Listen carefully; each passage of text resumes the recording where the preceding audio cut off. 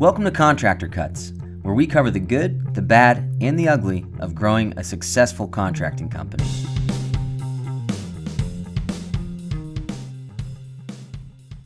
Welcome to Contractor Cuts. My name is Clark Turner. I'm Biggie Smalls. Thanks for joining us again this week. So I have Biggie Smalls on the podcast. We are talking about our third in a series of three, the future of contracting. The future. So today, what we're talking about is tech, how it impacts construction, where it's going in construction, and how we utilize it to grow our companies. I think we're going to start by kind of talking through some of the most updated tech that we use, why we use it, how to implement it.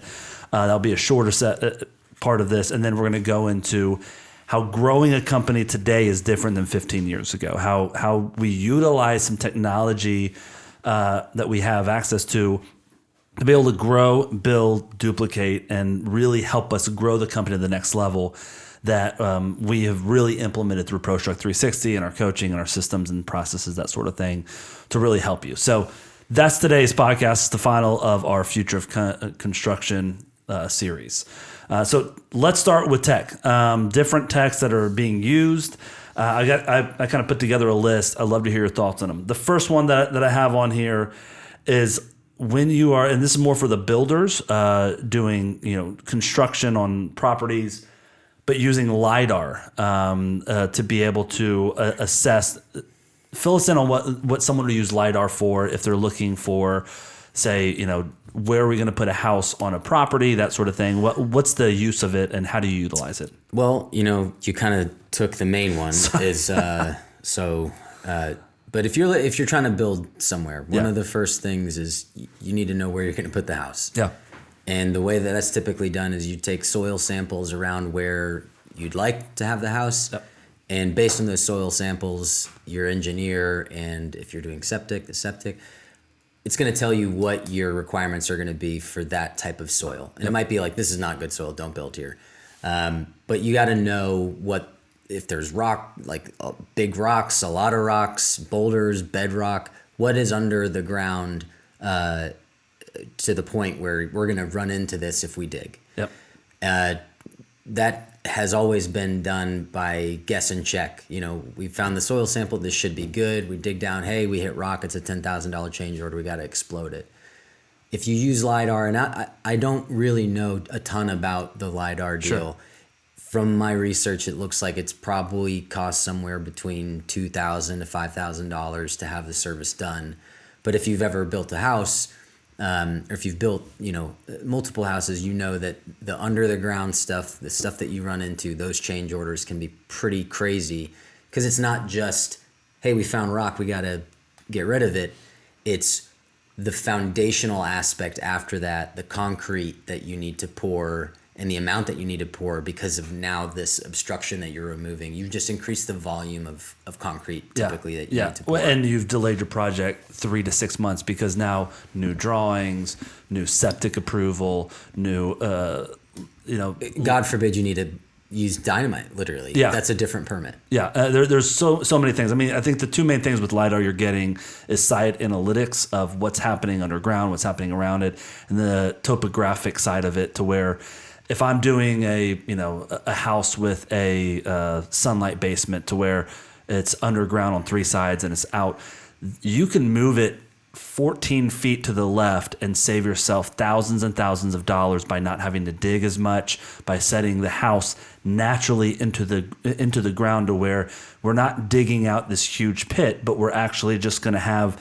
a small amount of digging, a small amount of backfill, and it's exactly what we're calling for. So using a LIDAR on the front end of a new construction job, doing one of these LIDAR services, figuring out what's in the ground, like you're talking about with rock and stone, and how dense the areas are, where water's sitting, looking at a topographic map and understanding exactly water runoff sites and that sort of thing. I mean, a lot of that's going to come up when you're doing your civil engineering with the ground perk test and all that stuff. But to really utilize that, if I'm paying $3,000 for a service like that versus I can save $20,000 worth of site work, that's a huge difference. And not only $20,000 of site work, but If I start somewhere and then we have to move it because we ran into something, we are 6 months out from even getting going again because I need architect, engineer, drawings, approvals, city changes, permit change. Like, there's a bunch of different things that's going to happen just to move the site 10 feet to the left. Yeah. So I think that's a great piece of technology that's saving headaches in the new construction world all over the place. I think another one, number 2, drones. I think those are not a new technology. Those have been around for a little while now, but you can spend a couple $100 to get a really nice drone and do before, during, and after photos and fly through videos of the same spot. I think for the marketing aspect of it alone, when you're doing roofing, new construction, additions, landscaping, that sort of thing, that a good aerial view, doing estimates. I know a roofer that does all of his estimates using a drone. He doesn't get up on roofs anymore. He gets up close, covers the whole area.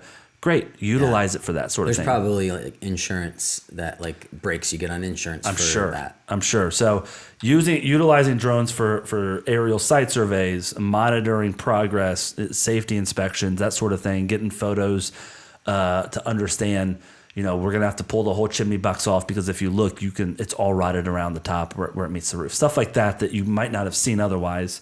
But utilizing that to justify estimates and make sure that we're fully complete before going on our contract. This has nothing to do with what we're talking about, but have you seen the guy on Instagram that he has a drone and people pay him, like they'll pay him to feed cats, like stray cats? No.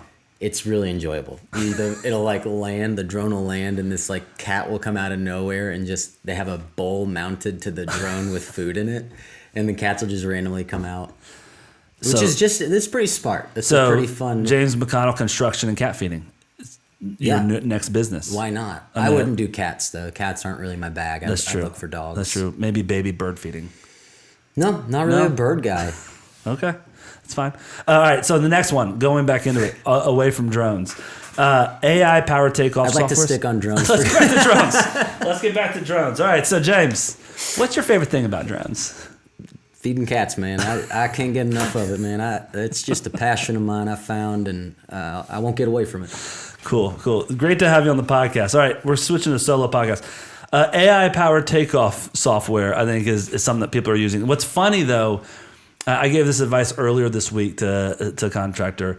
If you're not using it a lot, if we're not doing a lot of takeoffs and using it heavily, a lot of times your suppliers are going to do that for you. If you're doing a one-off edition, maybe, I do 3 new constructions a year, so that's all.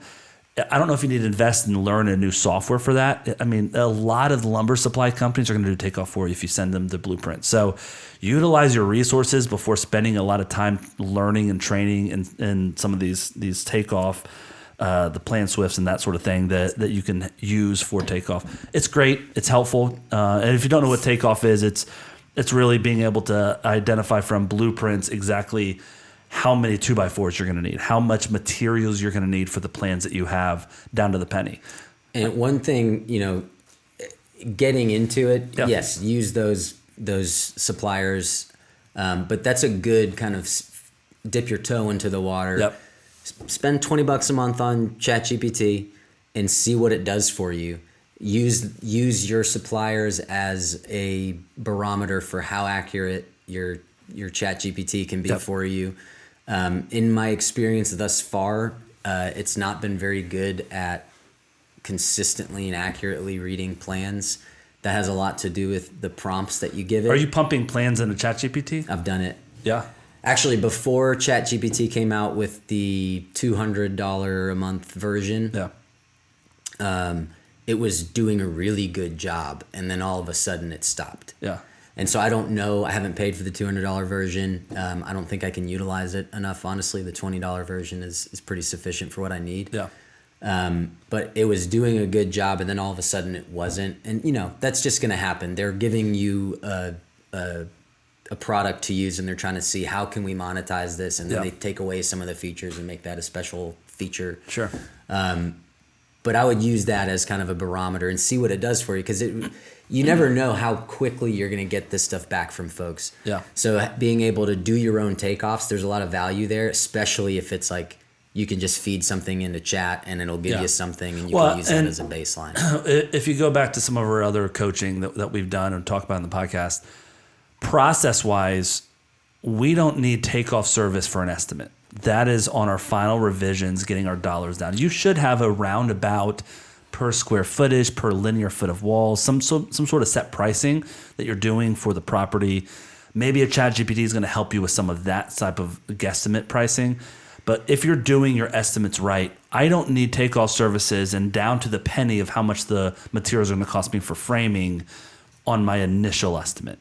I'm trying to get in the ballpark, trying to get on the same page. And then during my due diligence when my customer's paying me, that's when I'm going to be doing my Takeoff and getting all of my materials set up, changing prices. Hey, good news, our lumber package is actually $2,800 cheaper than what we had budgeted for.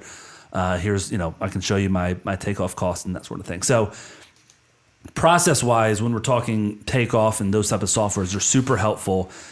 Don't go to them because they're fun and cool and you can get micro numbers on it pretty quickly.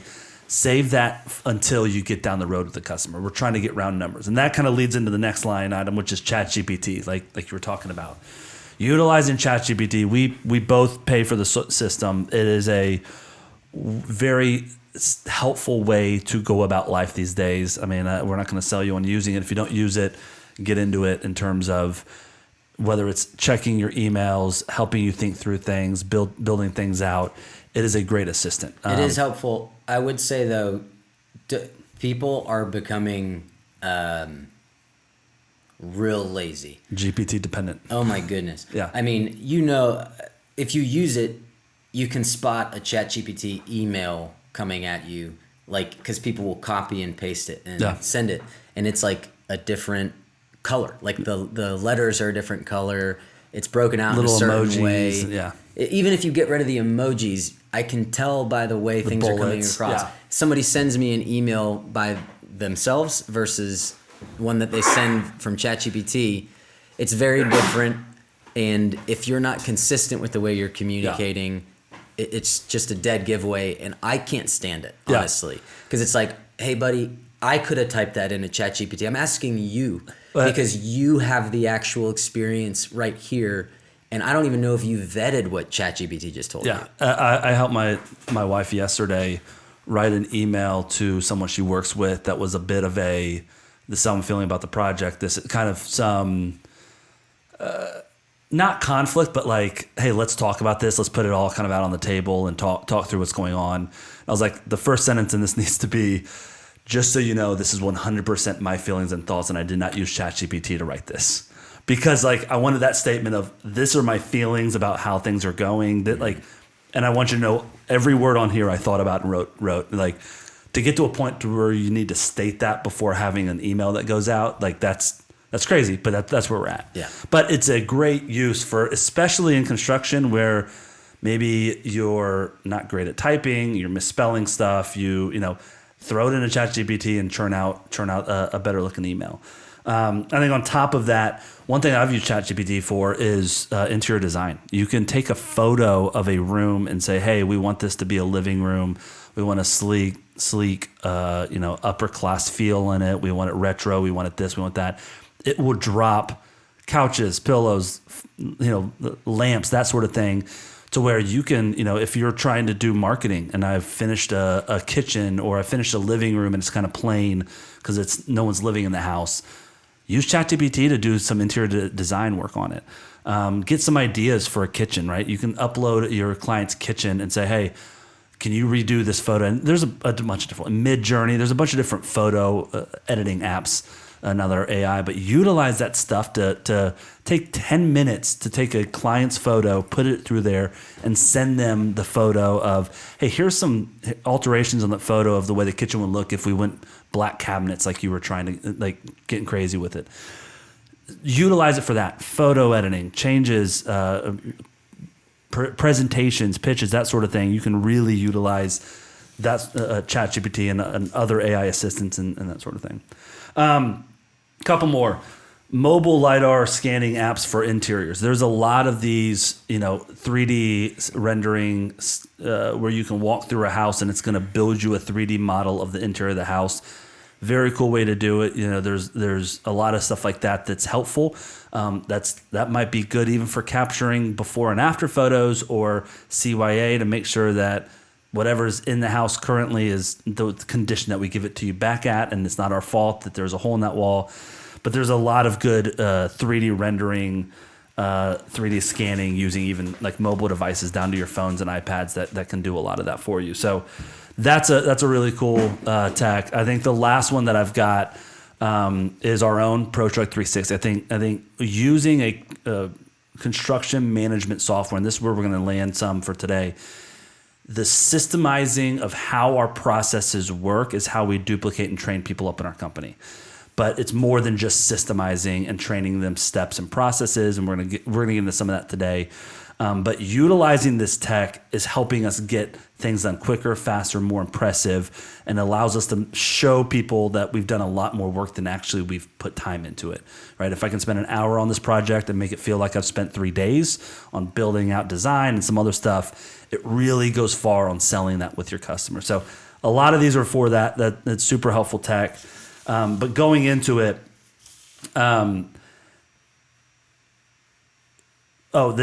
training project managers. Yeah. So when we're talking about growth using tech, growth using, the future of construction, I think back to 15 years ago. When did you start here? When did you come on? 2010, 11, 12? No, 14. Either way. You've thrown out too many numbers for me to think. Either way, bringing guys on originally in this company is a totally different way of doing things than it is now. The way that I'm coaching, teaching guys on hiring, growing, and training. And utilizing our tech that we've got it built into our processes and procedures is how we grow the new construction company, how we grow past to where you're at right now, how we get off the yellow pad and actually put it into software, because software is nothing special. Software is your backbone, and everything that you put on is the meat, right? The skeleton of your company is your software. Utilizing it the right way, it allows you to view your numbers, manage your calendar, make sure I'm making money on every job. All of that stuff happens because I'm utilizing this tool.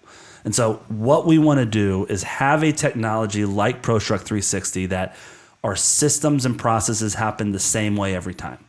Then when I hire someone in, I can bring James in, you're a new hire. I'm going to show you how our systems and processes work. I'm going to show you the steps that you need to take from A to Z to be successful here, laying out those systems, utilizing the software, learning how to build estimates, learning how my numbers work inside, job templating, all of that stuff that you can do to really expedite all of the work that you're doing in a construction company. But then we take it to the next level. We have something that we roll out to every new contractor is our core values that we want you to implement in your company.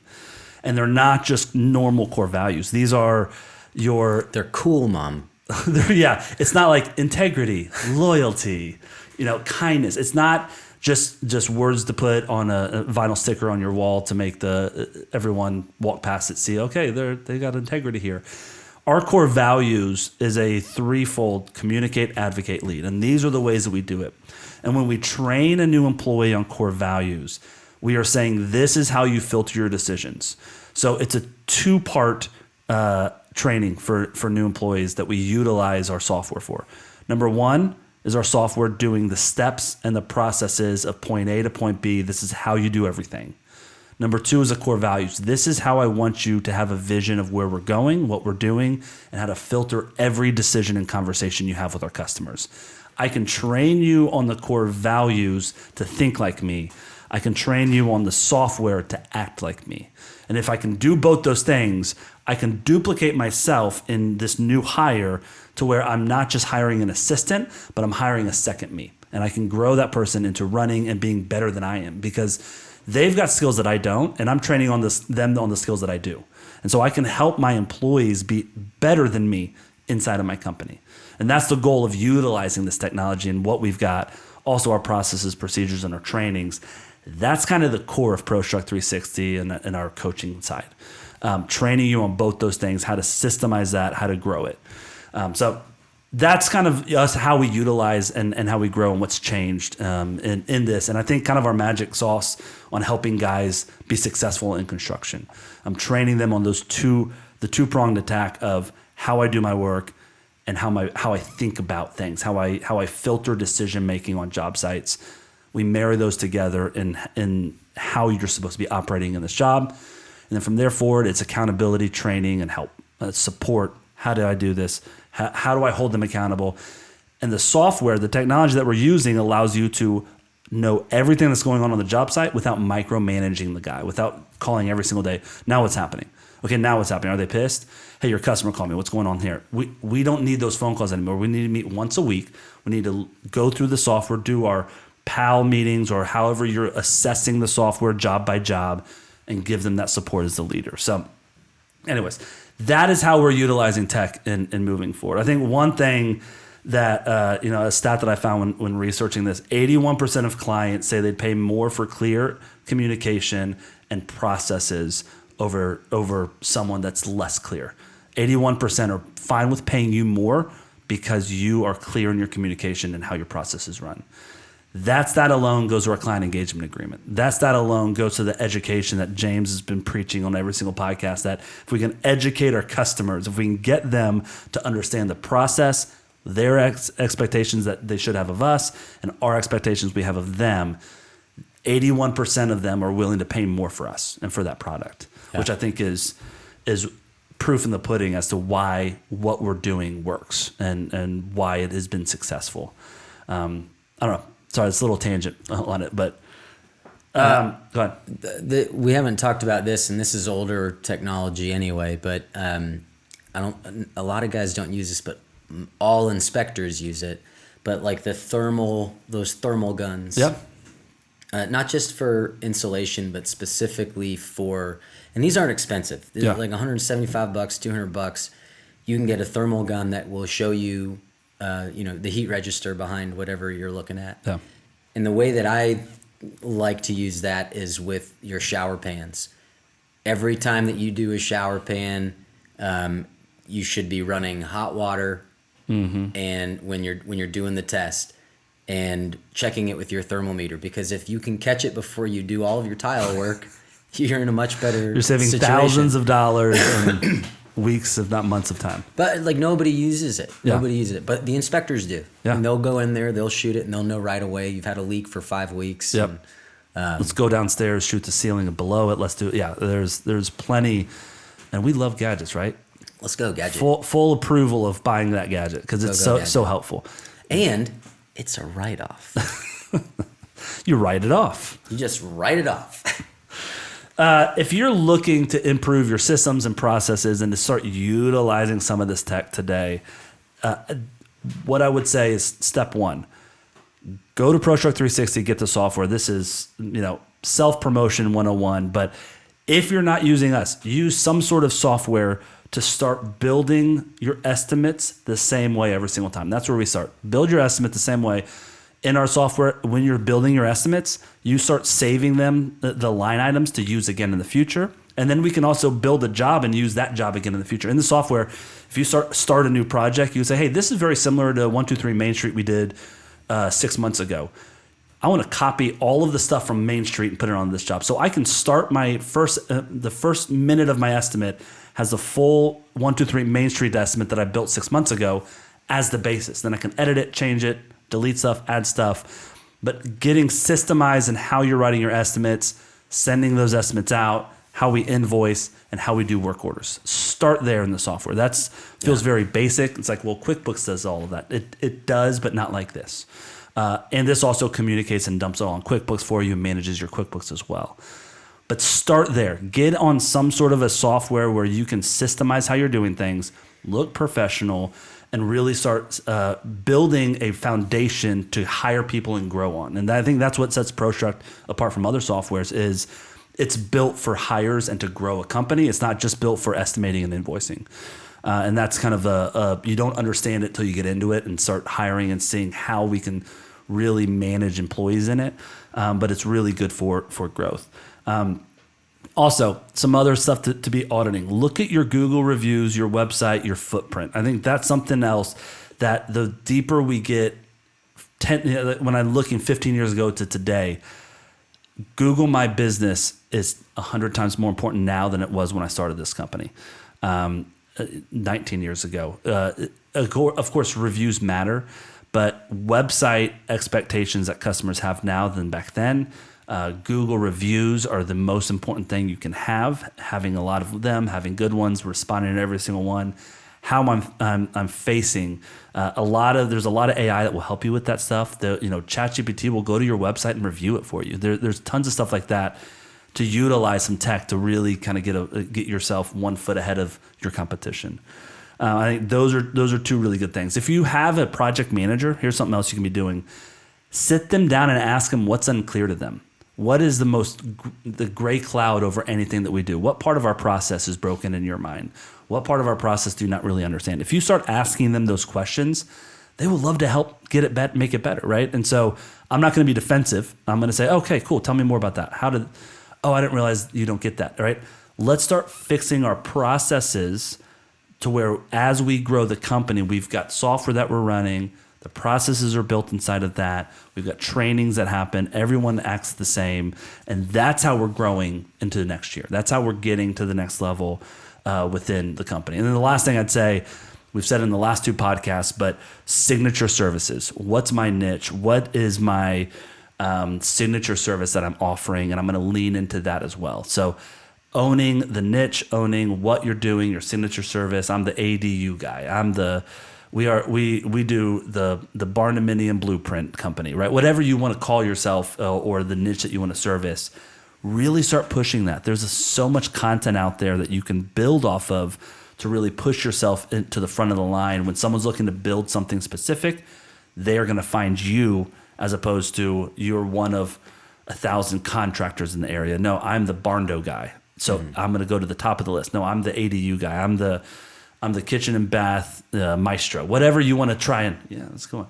Whatever niche you're trying to service, let's lean into that and let's put a lot of AdWords around it. Let's put a lot of our keywords on our websites around it. Let's try and build towards those niches.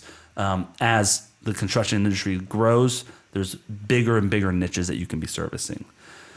I think that sort of thing, as well as the last thing I'd say you could do today to get going this way is setting up templates. Start ProStruct360.com. Our cheapest version that's got templating is $89 a month to month. It's our light version. You can template your email responses, templating job items, templating job templates where you can copy full jobs or have a full preset. This is our kitchen renovation. Every time we do a kitchen, start here, and then I can build out from there. Start building those efficiencies into your company, refine them, and that way part of our process is this is how we do estimates.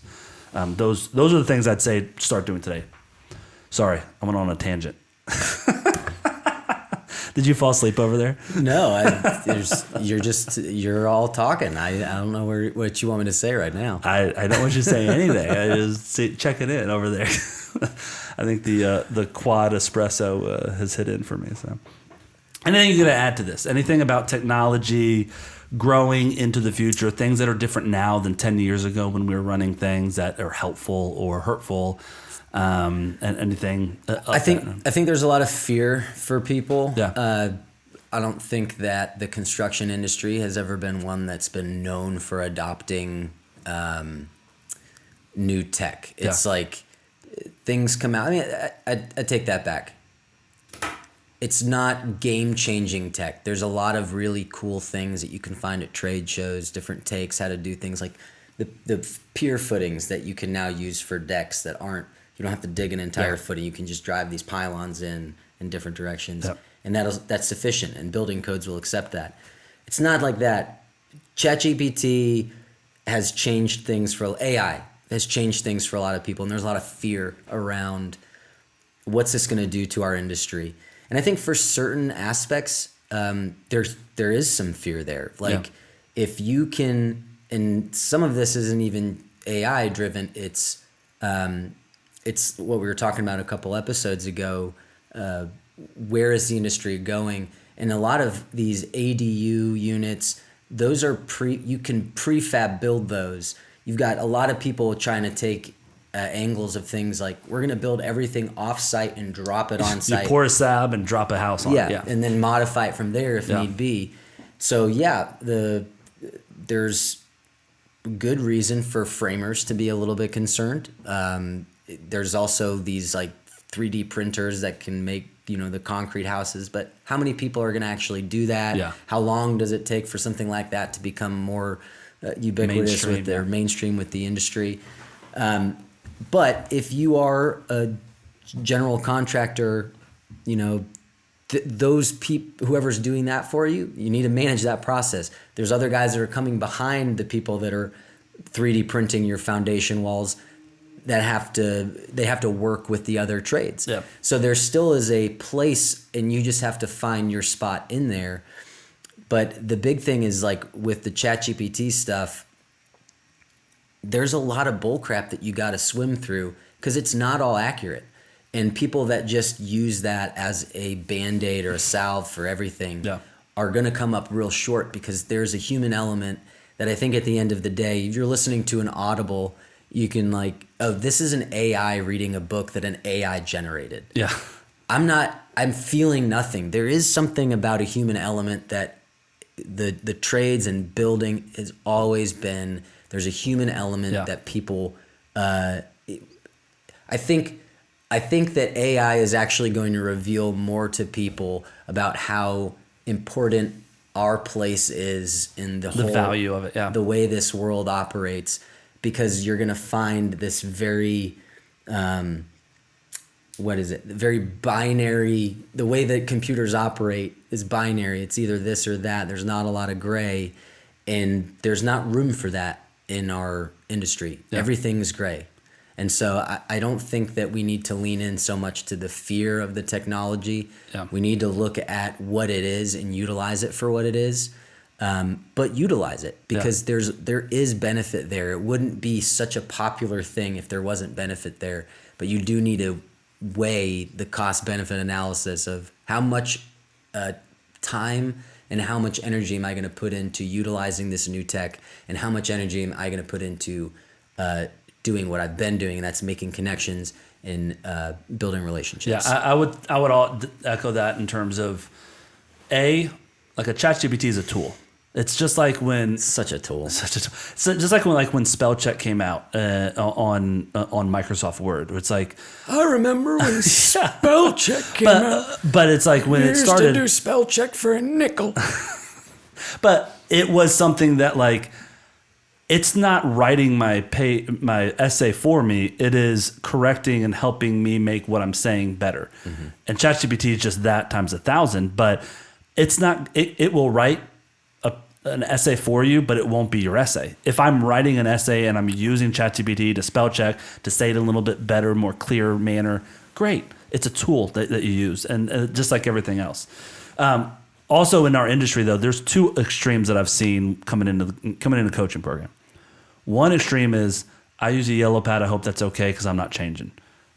You need to change. There's 56% of contractors use software, which means 44% don't use any software. That's got to change, and that is changing as those guys start dying off and retiring, and the young generation's coming in. Literally dying off on job sites. But that being said, there are so many guys behind that just won't adopt. You got to adopt some of this technology. The other side of the extreme, I've seen guys do nothing but spend days and hours setting up this Takeoff software that integrates with this, and then my company comes in and does. I'm like, yeah, that's awesome. You spent 3 weeks on building out some really cool tech. You don't have any jobs. Like, where's the money coming from? How are we selling? And we're trying to just, I don't know what to do, so I'm going to spend time nerding out on tech.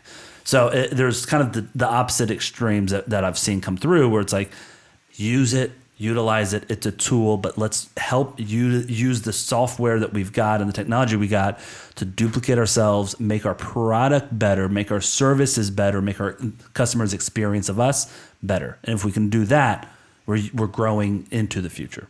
I think that's the main goal with it. God, that's another good bumper sticker, man. Yeah, well. Growing into the future. Perfect. Well, we'll end on that. If you want any of this with us, a bumper sticker. If you want a bumper sticker, go to prostruck360.com. and click contact us and email us, and I'll give you his personal phone number to get a bumper sticker from him, and he'll get that printed for you. But if you want to get on the software, you can try it for 2 weeks for free. We've got a complete version at $199 a month, and it's got everything: email integration, AI back end that's reading emails and sorting them to jobs to make sure that all your communication with the customers are on the job card, all the way through QuickBooks integration and managing all that. So we've got an $89 a month version that's also free for 2 weeks. That's the light version. One of those are a great spot to start. We've got a free version too. It's really stripped down. It's more like, hey, see how it works. But really the 2 paid versions are the versions you're going to want to use once you get in and test it. But try for 2 weeks for free. Go to ProStrike360.com and sign up. If you want to talk about partnering with me, getting me as a coach, or our company coming in and helping you grow, hit us up as well on the contact page. I will reach out to you personally. We can have a phone call. Love to hear about you, your company, what you're doing, see how we can help. And if it's just a conversation where it's something we can potentially work together in the future, great. Let me give you some advice. Let's talk through where you're at. Love to help you out and have that conversation. So, all right. Thanks so much for listening. We'll talk to you next week. Bye.